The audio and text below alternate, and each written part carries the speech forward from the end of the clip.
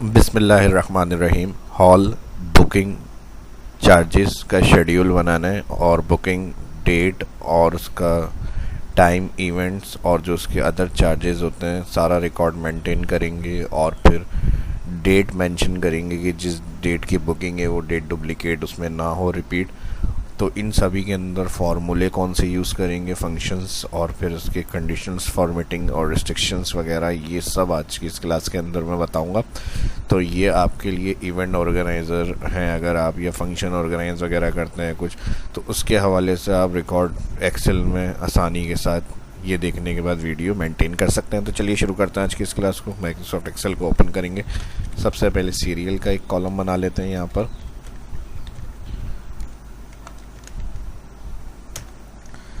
ठीक है जी, सीरियल के बाद आ जाएगा कस्टमर नेम,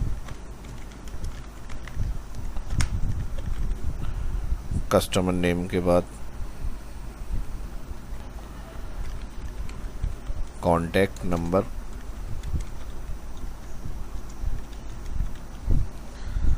कॉन्टैक्ट नंबर के बाद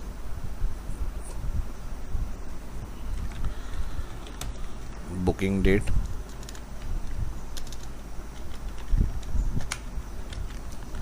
उसके बाद नेक्स्ट प्रोग्राम डेट,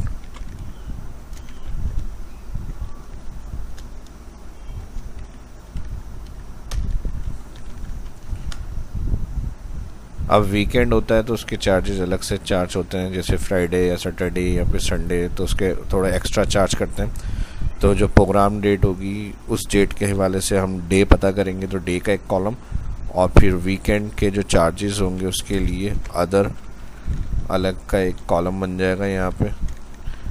ठीक है, अगर डे फ्राइडे सैटरडे संडे है तो यहाँ चार्जेस आ जाएंगे। अब जितने वीकेंड के चार्जेस हैं 25-30,000 वो यहाँ लिखे हुए आने चाहिए। सब ऑटोमेट फार्मूले से करेंगे चार्ज।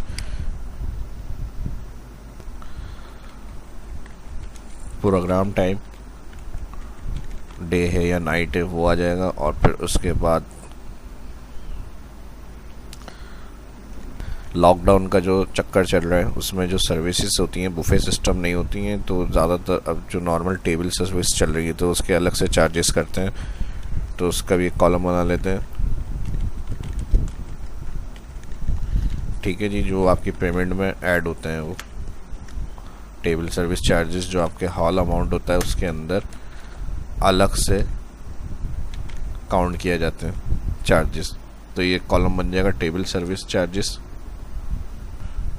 इवेंट प्रोग्राम क्या है, वलीमा, बारात, जो भी होगा, ठीक है जी, वो इवेंट में आ जाएगा। बर्थडे, हकीका, ये सब कैटेगरीज आ जाएंगी इधर।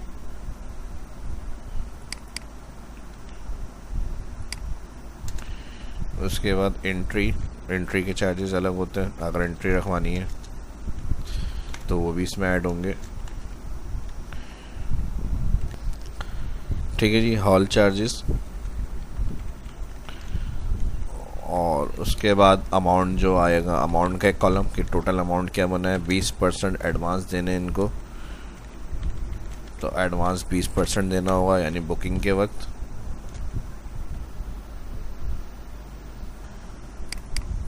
इसको कर लेते हैं एडवांस पेमेंट।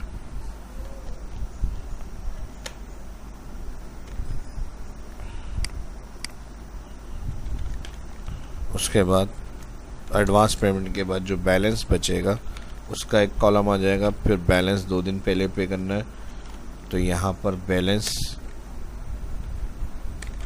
रिसीव,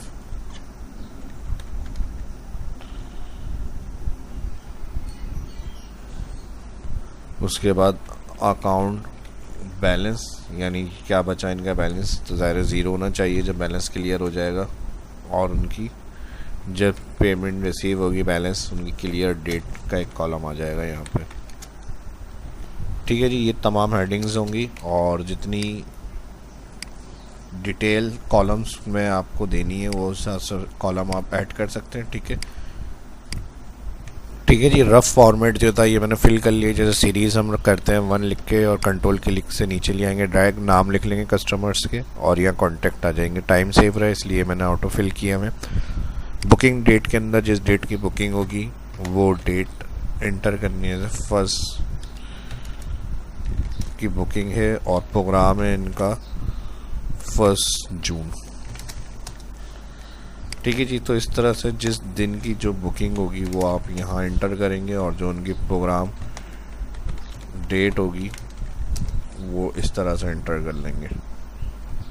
ठीक है जी। तो डेट इंटर का भी मैंने बताया हुआ है तरीका क्या होता है। अब अगर अल्फ़ाबेट्स में डेट लिखी भी जा रहे हैं तो फर्स्ट आप डेट लिखेंगे, फिर अल्फ़ाबेट्स जो होंगे वो इस तरह से मंथ अल्फ़ाबेट्स में और फिर डैश के साथ ईयर आ जाएंगे उनके। तो ये बुकिंग डेट मैंने इंटर कर ली यहाँ पर और प्रोग्राम डेट इंटर कर ली, यानी इस दिन की इनकी बुकिंग करी है इन्होंने और ये इनका प्रोग्राम डेट है। अब इसमें मैंने कहा था अगर कोई हमारे पास नया कोई कस्टमर आता है या पार्टी तो उसका प्रोग्राम डेट पूछती है कि भाई इस दिन की बुकिंग है हमारी। तो अगर इसके अंदर ऑलरेडी हमारे पास बुकिंग मौजूद है, क्योंकि ये कंटिन्यू डेटा चलता रहेगा आपका, जितने दिन का आपको रिकॉर्ड मेंटेन करना है, जो बुकिंग आपके पास आ रही है आप सीरियल नाम और उसके कॉन्टैक्ट के साथ डेट इंटर करते रहेंगे और इसको आगे बढ़ाते रहेंगे। लेकिन जब बहुत ज़्यादा डाटा हो जाता है, जैसे हमारे पास 100 या 200 प्लस डाटा चला जाएगा, तो बार बार हम यहाँ ये चेक करेंगे कि ये डेट बुकिंग में है हमारी या नहीं। तो इसके लिए एक सर्च बना लेते हैं। सर्च के अंदर हम डेट लिखें, अगर वो यहाँ बुकिंग में है तो यहाँ कलर से हाईलाइट हो जाए कि हाँ ये आपकी ऑलरेडी डेट बुक है। तो आप वो मना कर सकते हैं चेक करके कि नहीं ये हमारे पास बुक है। तो इसके लिए आप क्या करेंगे, एंटायर इस कॉलम को सिलेक्ट कर लें और एंटायर कॉलम को सिलेक्ट करने के बाद यहाँ पर ऑप्शन में चले जाएं, condition formatting, highlight cell rules के अंदर डुप्लीकेट क्लिक करेंगे और ओके कर देंगे। ठीक है जी। अब कोई भी एक सर्च डेट का एक कॉलम बना लें।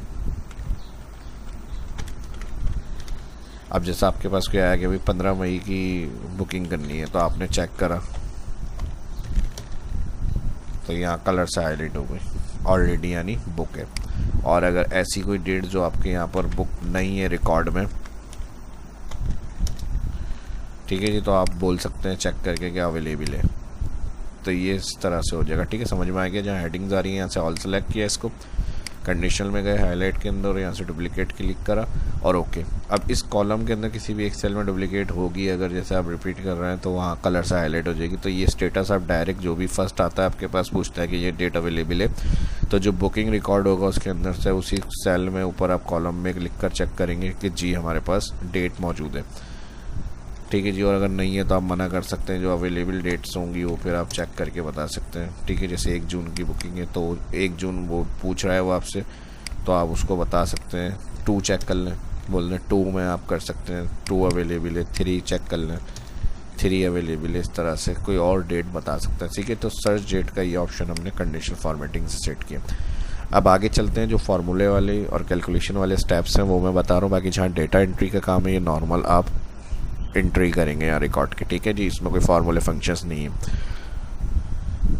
उसके बाद आ जाते हैं डे। अब यानी 1 जून का अगर फ्राइडे सैटरडे संडे तो उसके एक्स्ट्रा चार्ज होते हैं, वीकेंड चार्जेस। तो उसके लिए पहले ये चेक कर लेते हैं कि डे कौन सा पड़ रहा है। तो यहाँ इसके लिए टैक्स फार्मूला लगेगा, bracket open, programme date select, comma, inverted comma, day पता करने के लिए यहाँ 3 दफ़ा आप डी प्रेस करते हैं। अल्फ़ाबेट में अगर डे चाहिए तो ब्रैकेट क्लोज, डेट के अंदर से डे निकालने के लिए एंटर। ट्यूसडे पड़ रहा है, कोई एक्स्ट्रा चार्जेस नहीं होंगे। ड्रैग कर लेते हैं इनको। अब यहाँ इनके चार्जेस बनेंगे, फ्राइडे आ रहा है, सैटरडे आ रहा है, संडे आ रहा है, तो इसके इनके चार्जेस 25,000। एक मैं अपने रूल के हिसाब से बता रहा हूँ, आपका जो चार्जेस अमाउंट है वो आप लगाएंगे। मैं अपना एक रूल बना रहा हूँ कि भाई अगर फ्राइडे सैटरडे संडे है तो 25,000 चार्ज होने चाहिए। तो उसके लिए कौन सा फंक्शन लगेगा, उसके लिए हम लगा सकते हैं इफ़ और कंडीशन लगा सकते हैं। इफ़ और ब्रैकेट ओपन, इस सेल को सिलेक्ट करा फर्स्ट, बराबर है हमने का इन्वर्टेड कॉमा फ्राइडे, फिर इन्वर्टेड कॉमा और कंडीशन चल रही है इफ़ के साथ। ठीक है, जो ब्रैकेट ओपन होगा उसमें काम हो रहा होता है। लॉजिकल 1 बता दिए, लॉजिकल 2 में दोबारा ये सेल सेलेक्ट करा, बराबर है हमने का अगर ये सैटरडे, फिर इन्वर्टेड कॉमा फिर थर्ड। ठीक है, 3 चीज़ें देखनी थी, फ्राइडे सैटरडे संडे। तो और के अंदर ये तीनों कंडीशन सेलेक्ट होंगी और लिखेंगे आप बाकायदा इन्वर्टेड कॉमा में। और फिर यहाँ पे संडे के बाद ब्रैकेट और का क्लोज हो गया।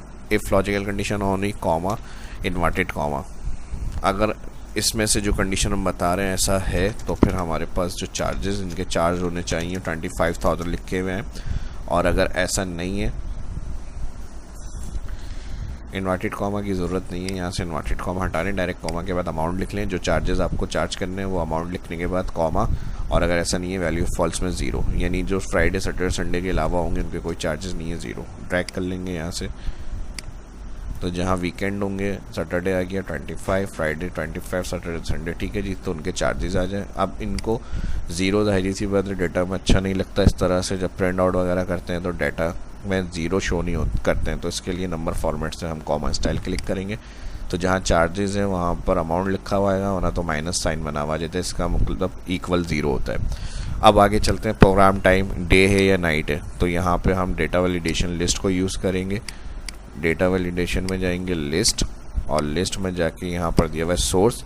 अब दो प्रोग्राम हो सकते हैं, डे या नाइट, तो यहाँ पर दोनों को आप सिलेक्ट कर लें, यानी प्रोग्राम टाइम कब का है, इनका डे का है या नाइट का है, उस हिसाब से आप लिखना नहीं पड़ेगा। तो यहाँ से आप सिलेक्ट कर लें, ज़्यादातर नाइट में ही प्रोग्राम्स होते हैं, लेकिन अगर कोई डे का भी आ जाता है तो आप उसको सिलेक्ट कर सकते हैं, ठीक है। ये ड्रॉप डाउन बन जाएगी, तो इसमें आपको लिखना नहीं पड़ेगा, बस सिलेक्ट जो बुकिंग हो रही है उसमें से जाके डे या नाइट जो भी होगी टाइमिंग सिलेक्ट। अब टेबल सर्विस चार्जेस के जो चार्ज होते हैं वो फिक्स अमाउंट होता है, 5000 जैसे हम टेबल सर्विस जो प्रोग्राम हो रहा है उसमें आप बुफे सिस्टम नहीं है, टेबल सर्विस चार्जेस है, तो वो आपका आ जाएगा इस तरह से। इसको भी हम होम में जाएंगे, यहाँ से कॉमा क्लिक कर लेते हैं, सेंटर नहीं होगा क्योंकि रुपीज़ फॉर्मेट में आ रहा है तो इसलिए। और इसको अगर शॉर्ट करना है तो यहाँ से हम टेबल सर्विस चार्ज इस तरह कर लेते हैं, थोड़ी सी स्पेस बन जाएगी हमारी। और अगर एस को भी शॉर्ट करना है, मैंने बता तो दी है कैटेगरी आपको, टीएस कर दें, टेबल सर्विस चार्जेस, इससे कॉलम में स्पेस जो बहुत ज़्यादा बड़ा हो रहा है ये कम हो जाएगी, ठीक है जी। अब नेक्स्ट इवेंट क्या है भाई, यहाँ पर वलीमा है, निकाह है, या फिर और आमीन है, बर्थडे है, या फिर बारात है, इस तरह से जो भी प्रोग्राम होगा तो यहाँ पर इंटर करेंगे, ठीक है। इसके लिए अगर आपको ड्रॉप डाउन बनानी है ऐसे ही आप सेलेक्ट कर लें ऑल, और यहाँ से डेटा में दोबारा से मैंने बता देता हूँ, यहाँ डेटा में लिस्ट में जाके जो जो प्रोग्राम आपके यहाँ हैं वो आप रख सकते हैं। यहाँ पे बारात कर लें, वलीमा कॉमा को यूज़ करेंगे, ठीक है जी।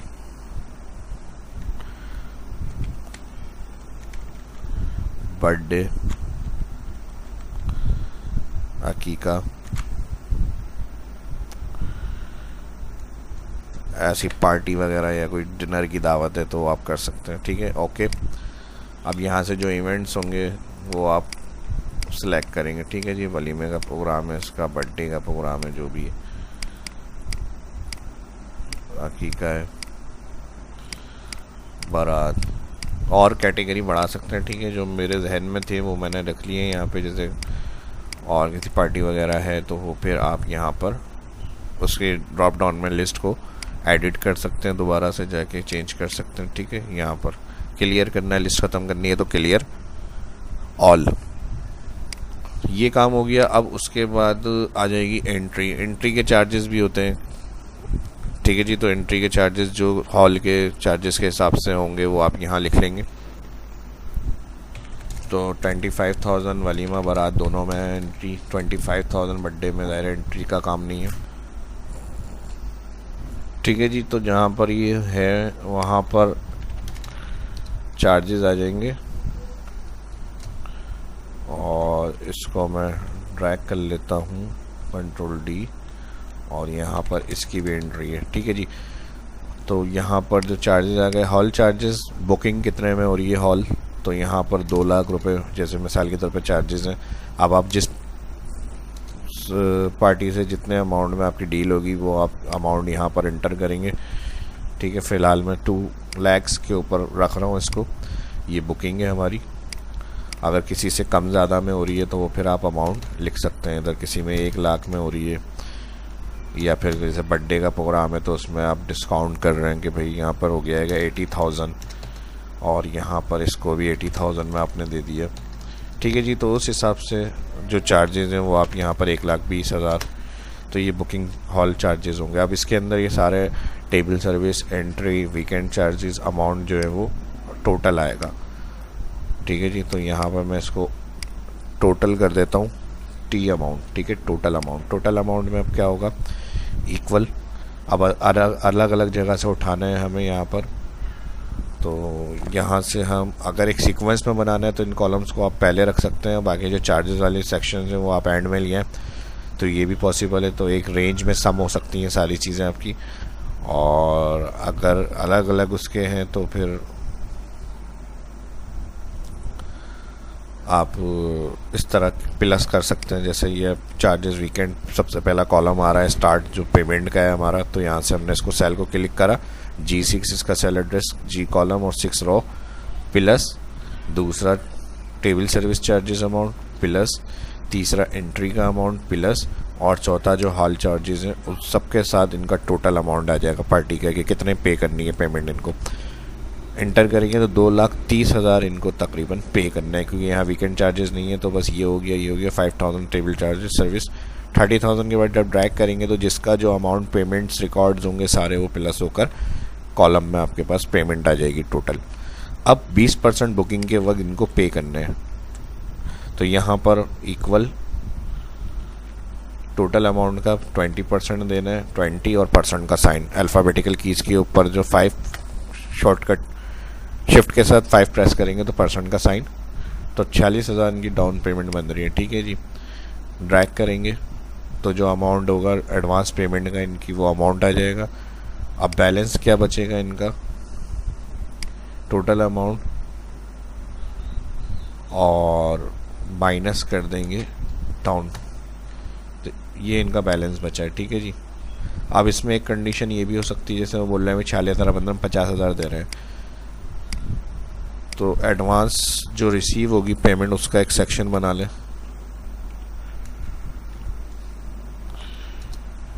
ठीक है जी, इसको मैंने एडवांस पेमेंट रिसीव कर दी।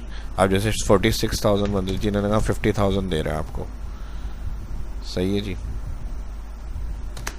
ये दे रहे हैं, और जिसकी जो पेमेंट है अगर वो वही दे रहा है तो उसी हिसाब से हो जाएगी, और जिसकी अगर कोई बंद कह रही है वो दे कह रहे हैं उस हिसाब से फिर इनकी कैलकुलेशन करनी है हमें। ठीक है जी, अब मिसाल के तौर पे 50,000 इन्होंने दे दी, 70,000 बन रही थी, इन्होंने 20,000 पे कर दी, ये कंडीशन भी हो सकती है। तो इस तरह से कैलकुलेट करने के लिए जैसे इनकी 22,000 थी, इन्होंने कहा भाई हम 20,000 दे रहे हैं, 41 थी हमने 40,000 दे रहे हैं, और कुछ 46,000 दी इन्होंने।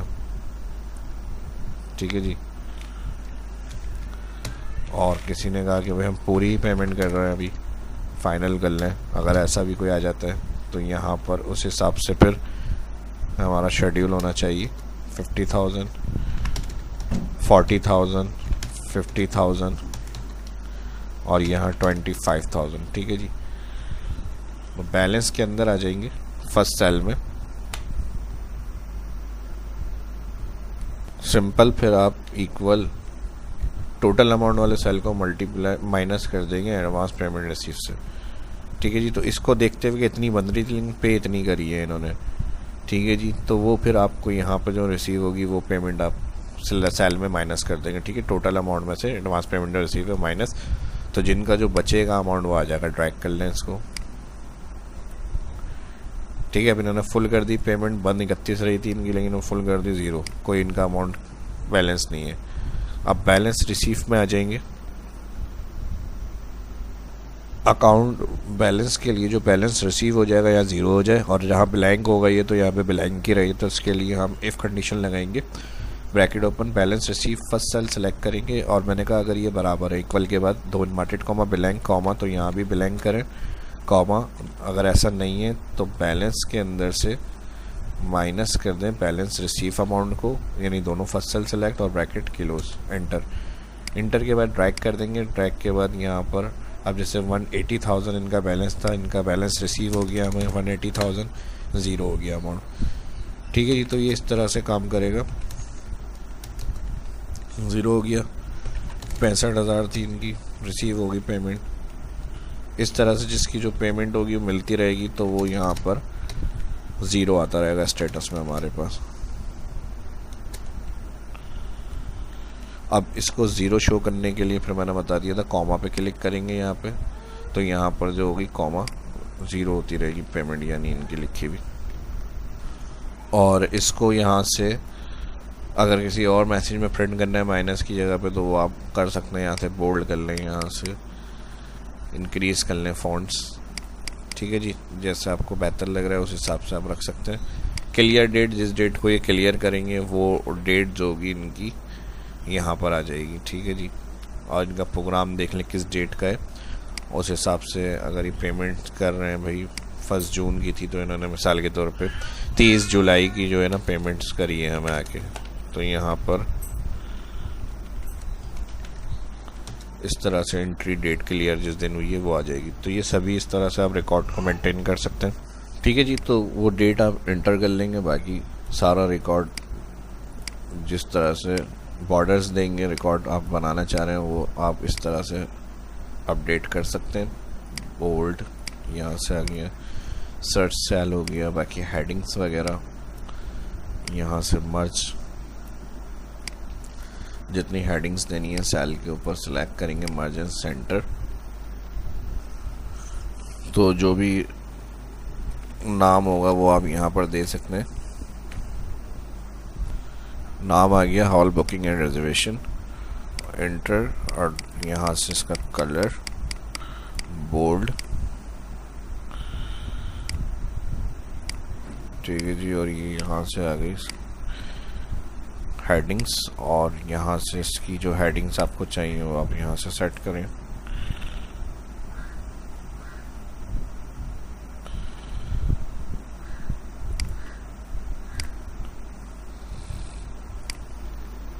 तो ये वीडियो आपको कैसी लगी कमेंट करके ज़रूर बताएं। वीडियो अच्छी लगी तो लाइक करें ज़्यादा से ज़्यादा, और इस वीडियो को दोस्तों के साथ भी सोशल मीडिया के ऊपर शेयर करना ना भूलें। फर्स्ट जो वीडियो देखने चैनल को सब्सक्राइब करना, आने वाले वीडियो के लिए बेल आइकन पर क्लिक करना ना भूलें। कोई सजेशन है, कोई क्यूरी है तो इसके लिए भी वीडियो के डिस्क्रिप्शन में कमेंट लाजमी करें। कुछ देखना चाहते हैं या सीखना चाहते हैं, मिलते हैं नेक्स्ट वीडियो में। शाह इस्लाम को इजाज़त दीजिए। अगर ये वीडियो अच्छी लगी तो ज़्यादा से ज़्यादा लाइक करें। इसी तरह की और इंटरेस्टिंग वीडियो देखना चाहते हैं तो अल्लाह हाफिज़।